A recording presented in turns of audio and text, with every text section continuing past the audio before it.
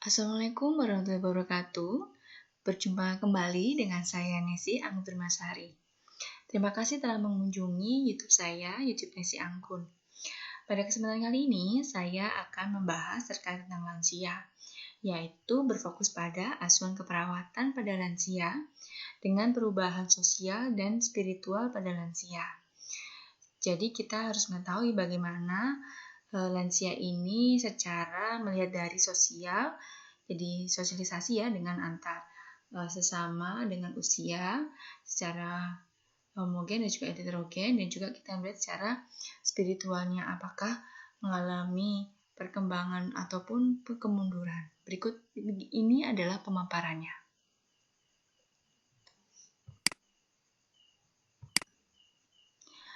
Menurut WHO atau World Health Organization, dalam undang-undang pada tahun 13 tahun 1998 tentang kesejahteraan lanjut usia pada bab 1 pasal 1 ayat 2, hal ini menyebutkan bahwa pada usia 60 tahun, usia permulaan tua, pada menua ini bukanlah suatu penyakit, namun merupakan proses berangsur-angsur dengan mengakibatkan perubahan yang kumulatif, sehingga proses penurunannya secara daya tahan tubuh dalam menghadapi rangsangan dari dalam dan luar tubuh yang berakhir dengan kematian.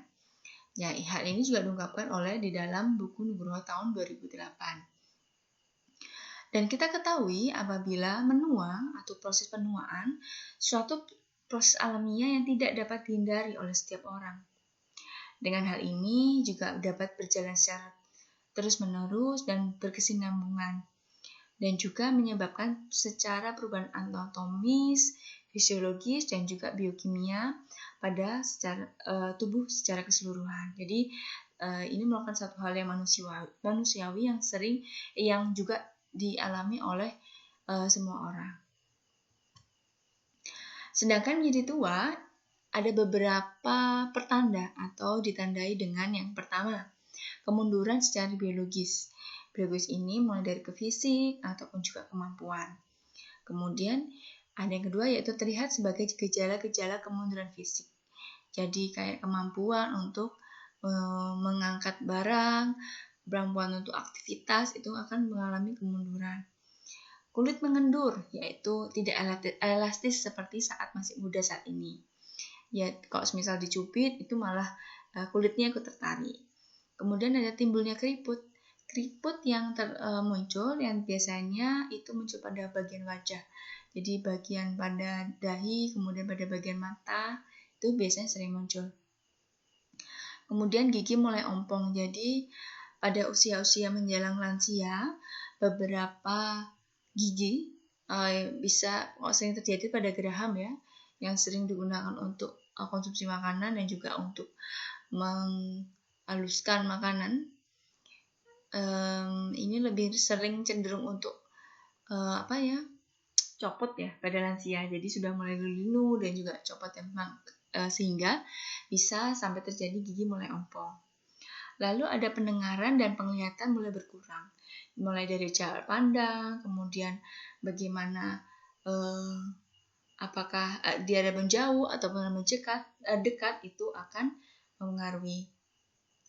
Kemudian pada pendengaran pun juga sensitivitas dalam penangkapan suara juga akan mengalami penurunan. Mudah lelah. Nah, pada mudah lelah ini lansia lebih cenderung aktivitasnya mulai sedikit namun juga cepat lelah, sehingga aktivitas yang dilihat secara berat itu mulai dikurangi. Lalu gerakan menjadi lamban dan kurang lincah. Kalau misal kita ketahui ya, pada usia lansia itu untuk aktivitasnya pun akan berkurang, dan juga untuk kalau misal contohnya berjalan saja itu akan lebih pelan-pelan, kemudian juga tidak bisa seperti saat remaja. Jadi kalau misal saya berjalan dengan ibu saya yang sudah tergolong lansia, itu ibu saya selalu protes karena jalan saya itu terlalu cepat dan ibu saya itu tidak bisa mengikuti ritme cara jalan saya terlalu cepat seperti itu, selalu protes. Kemudian terjadi penimbunan lemak terutama di perut dan pinggul. Ini sering terjadi pada lansia itu karena secara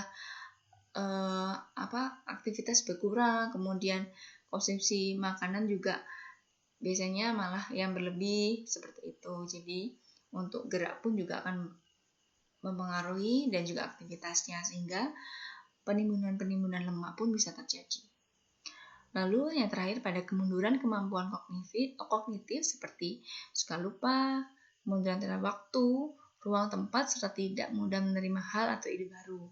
Dan hal ini muncul pada saat lansia itu lupa akan hari ini hari apa ya, kemudian tanggal berapa, kemudian jam berapa, itu akan ditanyakan. Saat ini kira-kira nenek lagi di mana?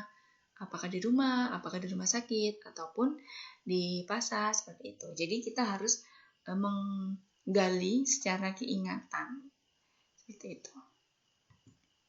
Nah, pada teori-teori proses menua itu saya temukan ada 3, yaitu teori biologis, non-gerontik, teori lingkungan, pada environmental teori. Jadi 3 teori ini harus bisa dipahami oleh Bapak Ibu sekalian agar tahu bagaimana ternyata pada teori ini memang terjadi pada lansia. Satu-satunya seperti apa kita akan bahas di slide berikutnya. Pertama, kita masuk pada teori biologis.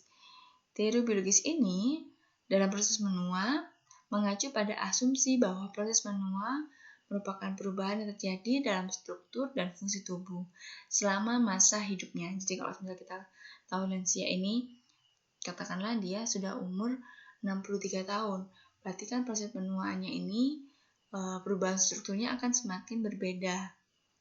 Teori ini lebih menekankan pada perubahan kondisi tingkat struktural sel atau organ tubuh, termasuk di dalamnya adalah pengaruh agen berupa patologis. Jadi lebih ke bagaimana perubahan secara struktur ya dan fungsi tubuh yang biasanya dialami oleh lansia.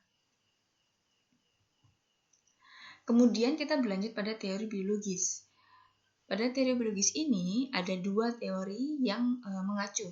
Yang pertama ada teori genetik dan teori non-genetik. Kalau teori genetik seperti apa? Berupa menua ini diprogram secara genetik untuk spesies tertentu. Setiap spesies mempunyai di dalam 12 nuklei atau inti sel. 1 jam telah diputar menurut suatu replikasi tertentu. Jadi ada replikasi genetika yang dia dibuat nantinya kalau misal dewasa dengan seperti ini. Kalau misal kita dari lahir, neonatus, kemudian bayi, anak-anak, kemudian usia sekolah, lalu remaja, kemudian dewasa awal, dewasa pertengahan, dewasa akhir, kemudian kita masuk ke lansia. Jadi itu adalah fase-fasenya. Kemudian yang kedua ada teori non-genetik, yang dimana teori penurunan sistem imun tubuh, yaitu autoimun teori. Ada juga teori kerusakan akibat radikal bebas atau free radical teori, dan teori menua akibat metabolisme atau metabolisme. Dan terakhir yaitu teori rantai silang. Jadi secara non-genetik ini lebih kita lihat bagaimana sistem imunnya, kemudian ada radikal bebas atau tidak, kemudian teori menua karena metabolisme di dalam tubuh, dan teori rantai silang yang di dalam tubuh lansia tersebut. Nah, ini adalah penjabarannya pada teori non-genetik. Yang pertama kita bahas pada teori penurunan sistem imun tubuh atau autoimun teori. Mutasi yang berulang menyebabkan berkurangnya kemampuan imun tubuh mengenai dirinya sendiri. Sehingga bila kita ketahui suatu mutasi yang merusak membran sel ini akan menyebabkan sistem imun yang tidak mengenalinya, sehingga akan bisa jadinya rusak. Jadi pikir, ini sistem imunnya di dalam tubuh lansia tersebut merusak nih dari membran sel, sehingga tidak bisa dikenali dan bisa jadinya rusak. Kemudian kalau misal pada teori kerusakan akibat radikal bebas atau free radical theory, ini radikal bebas penyebabnya itu karena kerusakan fungsi sel, yang dimana bisa dari lingkungan seperti asap kendaraan bermotor, asap rokok, zat pengawet makanan, radiasi, sinar ultraviolet yang mengakibatkan terjadinya perubahan pigmen dan kolagen pada proses menua. Nah, kalau semisal pada radikal bebas ini kita tidak bisa mengontrol karena di mana kalau misal kita di kota saja asap kendaraan bermotor akan lebih banyak seperti itu. Jadi banyak kendaraan juga mempengaruhi. Lalu asap rokok, apakah kita tinggal dalam satu rumah dengan perokok berat sepertinya. Lalu zat pengawet makanan. Kalau misal sudah di kota-kota besar seperti ini, kita akan susah mana membedakan makanan yang tidak ada pengawetnya dan tidak makanan yang ada atau tidak ada pengawetnya seperti ya, akan lebih susah. Kemudian kalau misalnya radiasi, contohnya kalau terlalu terpapar banyak oleh laptop ya, salah satu pekerjaan ini, jadi radiasi pun juga akan kita kurangi seperti itu.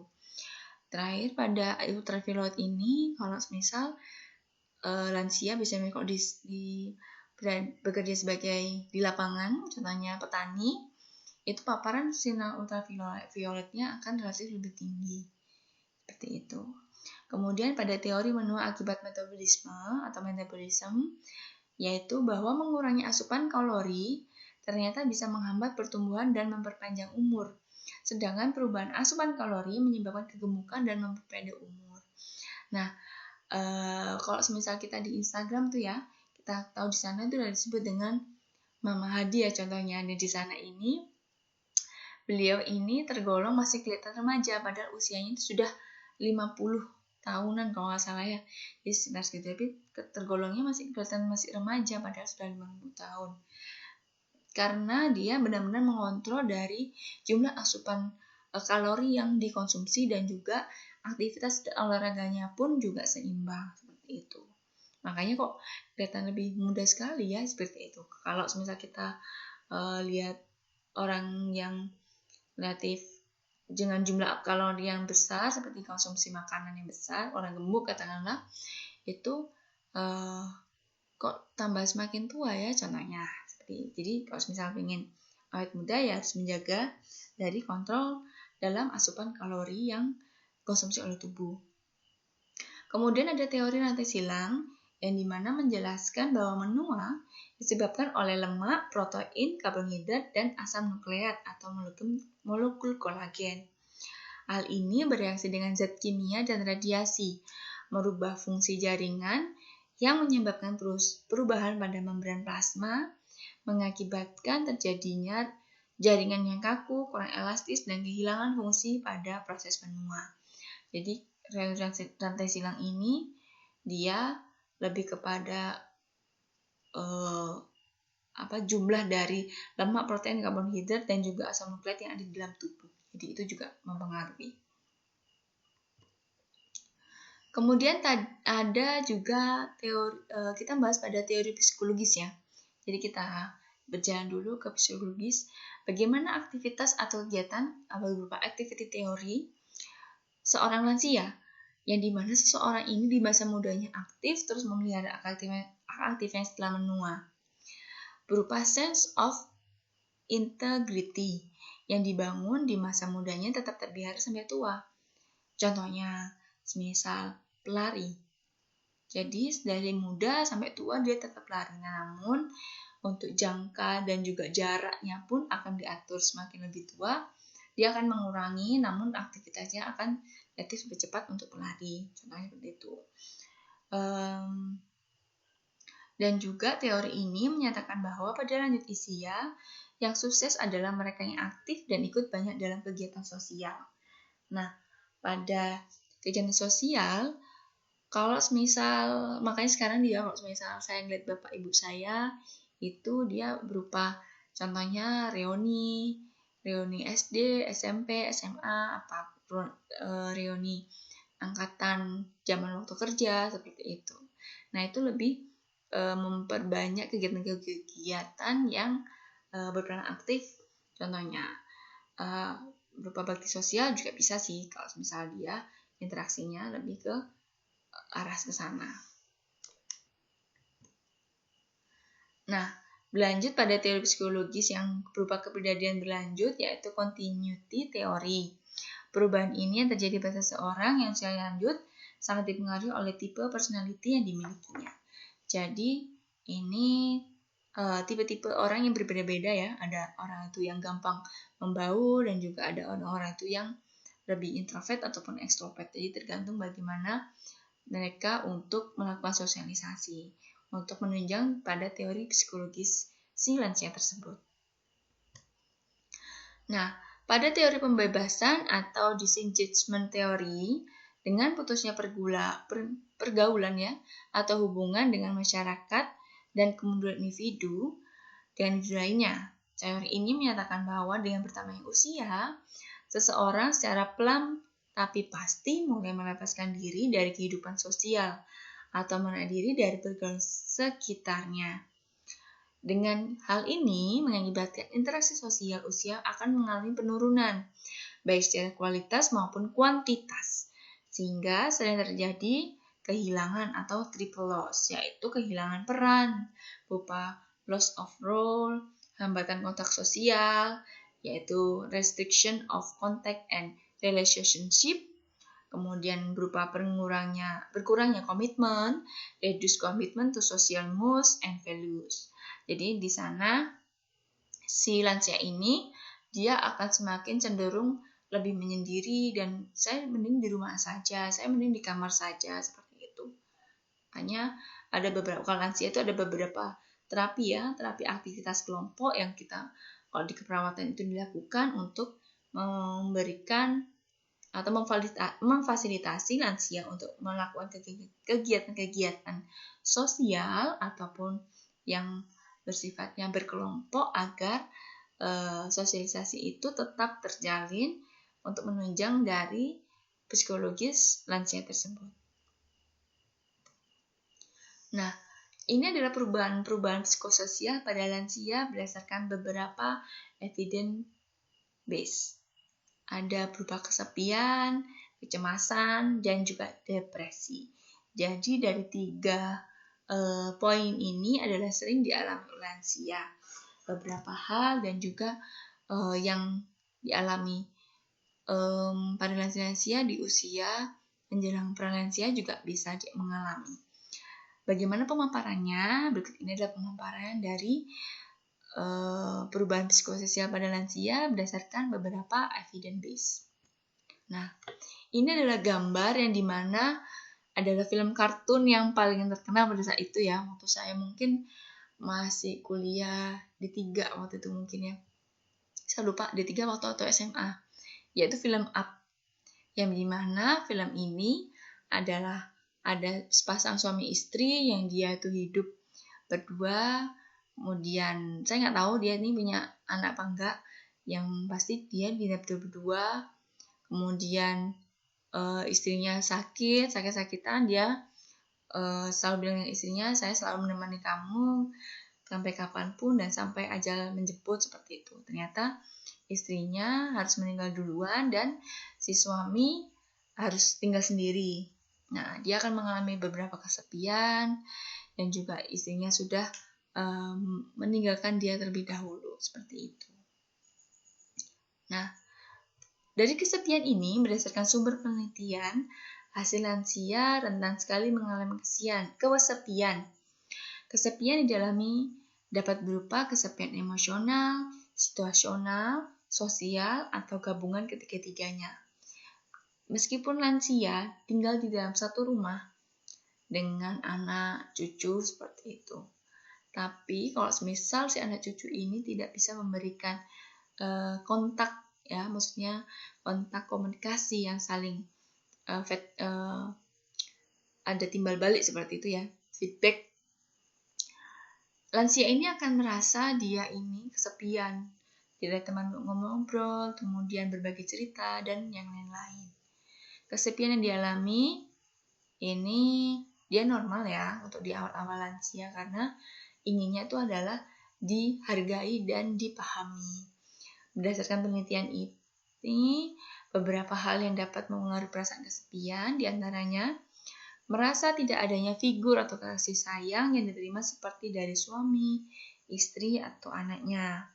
Kalau ini biasanya sering terjadi pada tempat-tempat panti jompo ya, atau panti lansia. Di sana sering jadi anaknya tidak mau mengurus lagi, memang ditaruh di sana karena alasannya tidak ada yang mengurus dan tidak ada yang menemani seperti itu. Ada lansia juga yang kalau di sana ini ada dengan keinginan sendiri, ada juga yang paksaan dari si anak karena tidak mau mengurus lagi untuk si orang tuanya.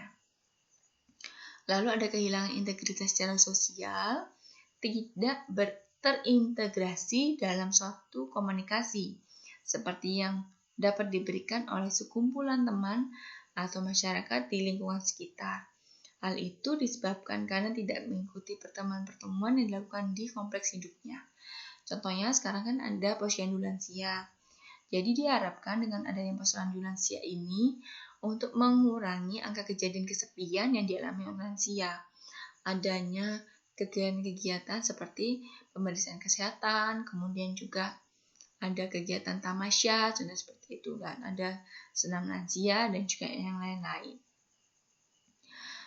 Terakhir pada mengalami perubahan situasi, yaitu ditinggal wafat pasangan hidup, suami atau istri, dan hidup sendirian karena anaknya tidak tinggal dalam satu rumah. Ini merupakan hal yang paling sering dialami oleh lansia di usia senjanya. Jadi tidak bisa menerima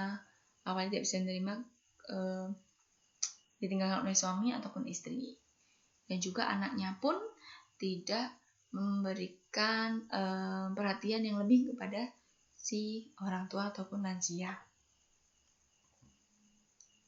Nah, kalau dari gambar ini kira-kira apa yang tercetus? Pada gambar ini dia akan tercetus yaitu kecemasan. Kecemasan menghadapi kematian. Contohnya, ada dua tipe lansia yang memandang kematian itu tipe pertama, cemas, ringan, sehingga sampai sedang dalam menghadapi kematian. Ternyata memiliki tingkat religius yang cukup tinggi. Jadi kalau misal pada lansia yang sering kita temukan di masjid-masjid ya, banyak, ataupun di gereja seperti itu, dan tempat agama yang lain kan banyak lansia-lansia yang itu aktif dan hadir dalam kegiatan tersebut. Kedua, pada tipe yang kedua, lansia yang cemas berat menghadapi kematian dikarenakan takut akan kematian itu sendiri. Takut mati karena banyak tujuan hidup yang belum tercapai. Merasa cemas karena sendirian dan tidak ada yang menolong saat sekarat nantinya. Jadi dia merasa saya tidak ada teman dan juga kerabat untuk waktu menuju ajal ataupun menuju ke kematian. Nah, ini adalah berupa depresi. Depresi juga sering dialami oleh lansia, yang dimana dia akan mengalami hal-hal pemikiran-pemikiran yang aneh-aneh, kemudian hal tidak harus dipikirkan tuh akan dipikirkan, kemudian dia akan berupa menjadi frustasi. Ini adalah penjabarannya. Yang dimana depresi ini ada faktor yang menyebabkan terjadinya depresi pada lansia. Yang pertama, dari jenis kelamin, di mana angka lansia perempuan lebih tinggi terjadi depresi dibandingkan lansia laki-laki. Dikarenakan yang pertama ada berupa perbedaan hormonal, lalu ada perbedaan stresor psikososial bagi wanita dan laki-laki, serta model perilaku tentang keputusasaan yang dipelajari. Jadi kalau misalnya kita lihat nenek saya ya, jadi apa yang dia tidak harusnya dipikirkan itu dipikirkan. Padahal dari anak-anaknya pun sudah sukses semua, namun memikirkan keponakan atau yang bukan anaknya itu dengan pemikiran-pemikiran yang aneh-aneh seperti itu. Lalu ada status perkawinan, di mana lansia yang tidak menikah atau tidak pernah menikah lebih tinggi risiko mengalami depresi. Hal tersebut dikarenakan orang lanjut usia berstatus tidak kawin sering kehilangan dukungan yang cukup besar. Dalam hal ini dari orang terdekat yaitu pasangan, yang menyebabkan suatu keadaan tidak menyenangkan dan juga mengalami kesendirian. Jadi kalau misal saya pernah temukan itu di panti jompo itu banyak sekali lansia-lansia yang contohnya tidak menikah dan juga tidak berstatus tidak kawin ya, seperti itu di sana. Itu lebih mengalami yaitu kesendirian contohnya. Dan yang terakhir pada rendahnya dukungan sosial. Padahal dengan sosial ini dia bisa meningkatkan kepercayaan dirinya ya contohnya. Namun karena rendahnya dukungan sosial ini akan depresi dari si lansia tersebut akan semakin meningkat. Nah, permasalahan yang sering dihadapi lansia dalam 14 masalah disebut dengan 14 sindrom geriatrik atau geriatric syndrome. Menurut Kane, Outlander, dan juga Abras pada tahun 1999. Yang pertama ada immobility atau penurunan ketidakmampuan mobilisasi.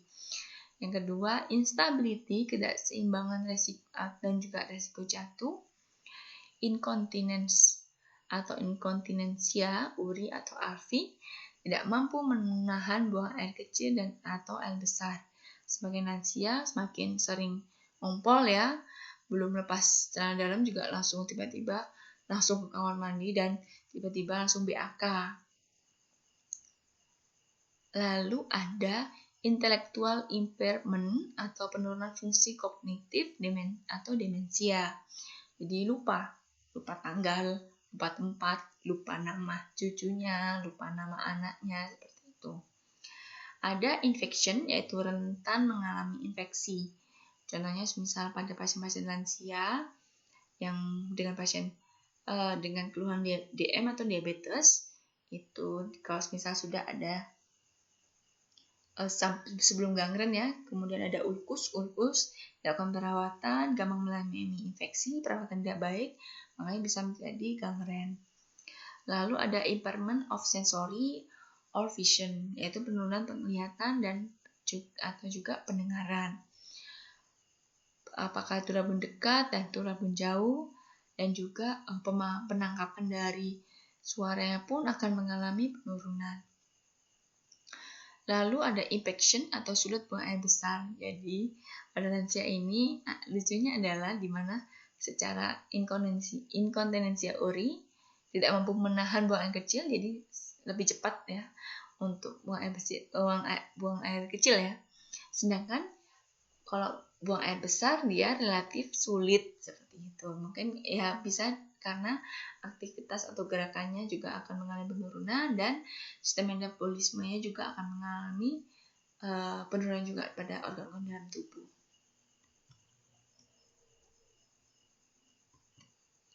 Nah, pada teori lingkungan atau environmental theory, pada radiation theory atau teori radiasi, setiap hari manusia terpapar dengan adanya radiasi, baik karena sinar ultraviolet maupun dalam bentuk gelombang-gelombang mikro yang lebih menumbuh tubuh tanpa terasa dapat mengakibatkan perubahan DNA dalam sel tubuh isi hidup atau bahkan rusak dan mati. Pada teori radiasi ini lebih ke bagaimana pemaparan dari di dalam tubuh itu sendiri.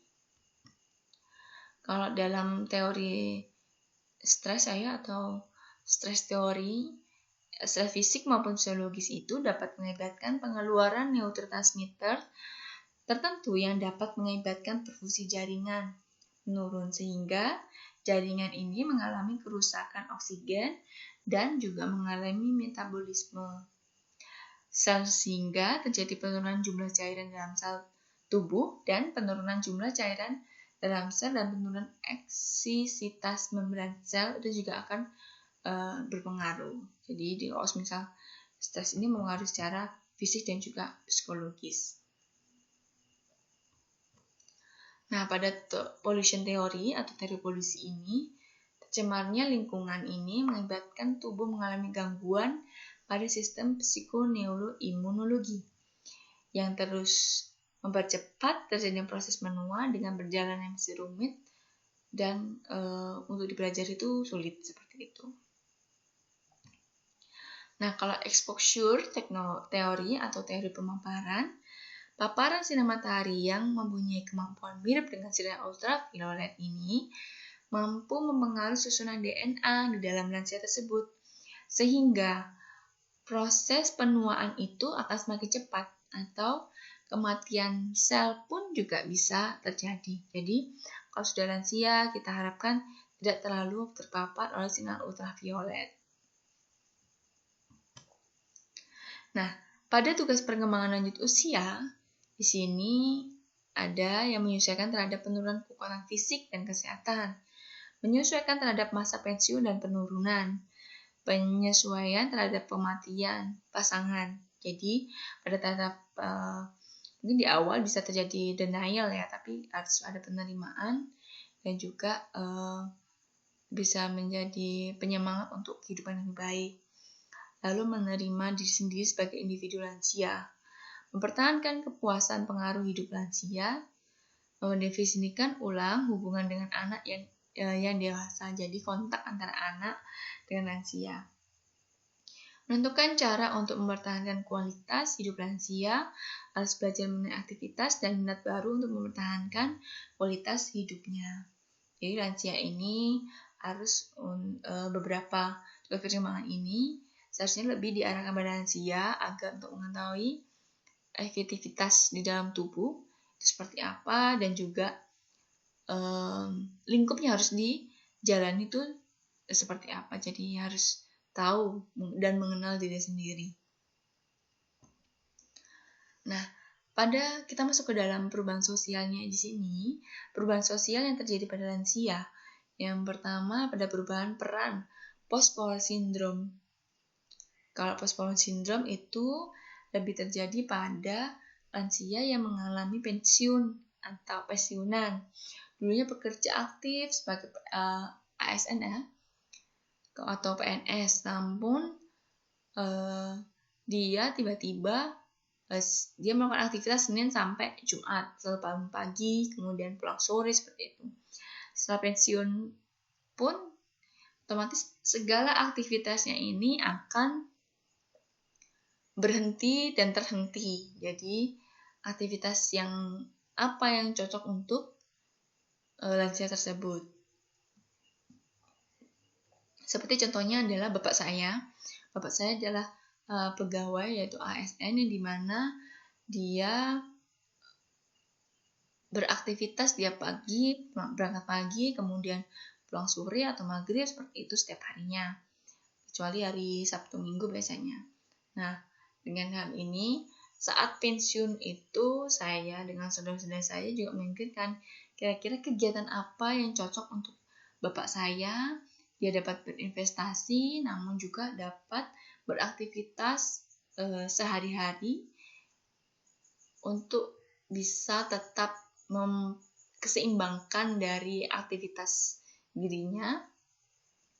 Kegiatan apa yang cocok? Mulai dari dulu pernah mikir mau bikin ternak ayam, lalu ada pernah mikir untuk ternak yang lain. Ternyata kita mikir kembali, kayaknya seperti itu nggak cocok, kita bikin saja usaha kos-kosan seperti itu. Usaha kos-kosan ini juga bisa berlanjut dan juga untuk perawatannya pun tidak terlalu sulit. Jadi aktivitasnya bapak saya itu masih juga tergolong dengan baik dan masih berinteraksi dengan orang-orang yang baru seperti itu.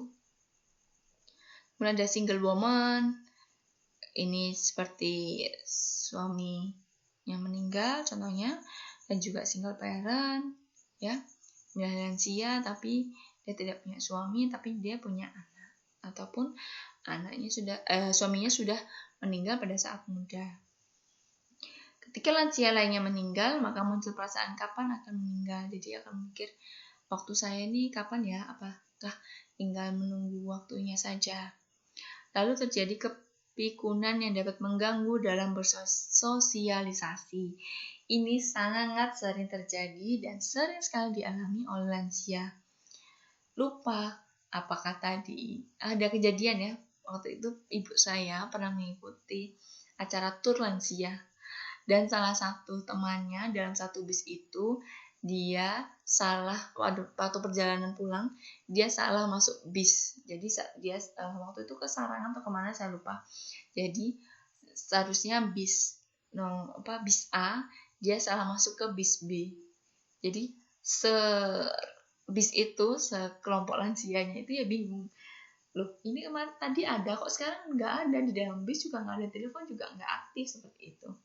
Nah, itu adalah kepikunan ya, yang bisa mengganggu. Cuman juga lupa temannya, lupa nama, itu juga bisa mempengaruhi. Lalu ada emosi mudah berubah dan sering marah-marah dan mudah sekali untuk tersinggung. Jadi pada lansia ini dia lebih bagaimana mengetahui bahwa marah-marah dan juga emosinya itu gampang tersulut sekali. Nah, kita masuk ke dalam perkembangan spiritual, yaitu agama atau kepercayaan semakin berintegrasi dalam kehidupan secara usia, semakin teratur dalam kehidupan agamanya. Hal ini terlihat dalam berpikir dan bertindak sehari-hari, dan spiritualitas pada lansia bersifat universal, intrinsik, dan merupakan proses individual yang berkembang sepanjang rentang kehidupan. Karena aliran siklusnya kehilangan, pada lansia itu keseimbangan hidupnya dipertahankan oleh efek positif harapan dari kehilangan tersebut. Jadi secara spiritual ini sel alamiah ini akan meningkat ya, dari pemahaman itu akan semakin bagaimana kita lebih mendekatkan diri dengan pencipta contohnya, dan juga selalu berpikir untuk bertindak sehari-hari, apakah ini saya tindakannya positif, apakah ini baik, kemudian seperti apa, seperti itu. Lansia ini mempelajari cara menghadapi perubahan di mana hidup melalui mekanisme keimanan. Artinya, dihadapkan pada tantangan akhir yaitu kematian. Harapan memungkinkan individu dengan keimanan spiritual atau religius untuk bersiap menghadapi krisis kehilangan dalam hidup sampai kematian. Dan lansia ini ketahui sedikit berbeda dari orang lebih muda dalam menyikapi terhadap kematian. Bisa untuk lebih legowo ya, ataupun menerima. Hal ini menunjukkan bahwa lansia cenderung tidak perlu takut terhadap konsep dan realitas kematian. Dan tahap perkembangan usia lanjut merasakan atau sadar akan kematian. Jadi lebih paham. Nah, menurut ada sumber yang saya dapatkan bahwa kalau pada lansia bukan hanya menua bersama, tetapi juga ke surga bersama. Dan orang yang beriman dan yang anak cucu mereka mengikuti mereka dalam keimanan, kami hubungkan anak cucu mereka dengan mereka, dan kami tidak mengurangi sedikit pun pahala amal mereka. Tiap-tiap manusia terikat dengan apa yang dikerjakan. Jadi harapannya lansia di sini bisa memahami bagaimana peran dan juga orang-orang yang terdekat dalam bersosialisasi, dan juga secara spiritual pun akan bisa lebih baik, seperti itu. Baik teman-teman sekalian, begitulah pemaparan saya ya terkait dengan lansia ini, juga bagaimana secara dinilai secara spiritual dan juga sosial ya. Jadi secara sosial seperti apa, kemudian secara spiritual seperti apa. Jadi lansia ini lebih siap untuk bisa menghadapi secara kematian, dan juga dia lebih ada cenderung lansia ini bisa berkumpul dengan teman-teman yang lain, atau juga lansia ini juga dia akan lebih menyendiri. Itu tergantung bagaimana lansia tersebut menyikapi, bagaimana kita sebagai tenaga keperawatan juga memberikan effort dan juga support kepada lansia tersebut untuk menjadi lansia yang produktif dan juga lansia yang lebih kreatif dan juga lebih memahami kehidupan yang lebih baik. Baik, terima kasih atas kesempatan kali ini. Saya Nisi Anggun Primasari izinkan untuk undur diri. Kita jumpa lagi pada kesempatan ataupun materi-materi berikutnya yang akan saya paparkan. Terima kasih, sampai jumpa.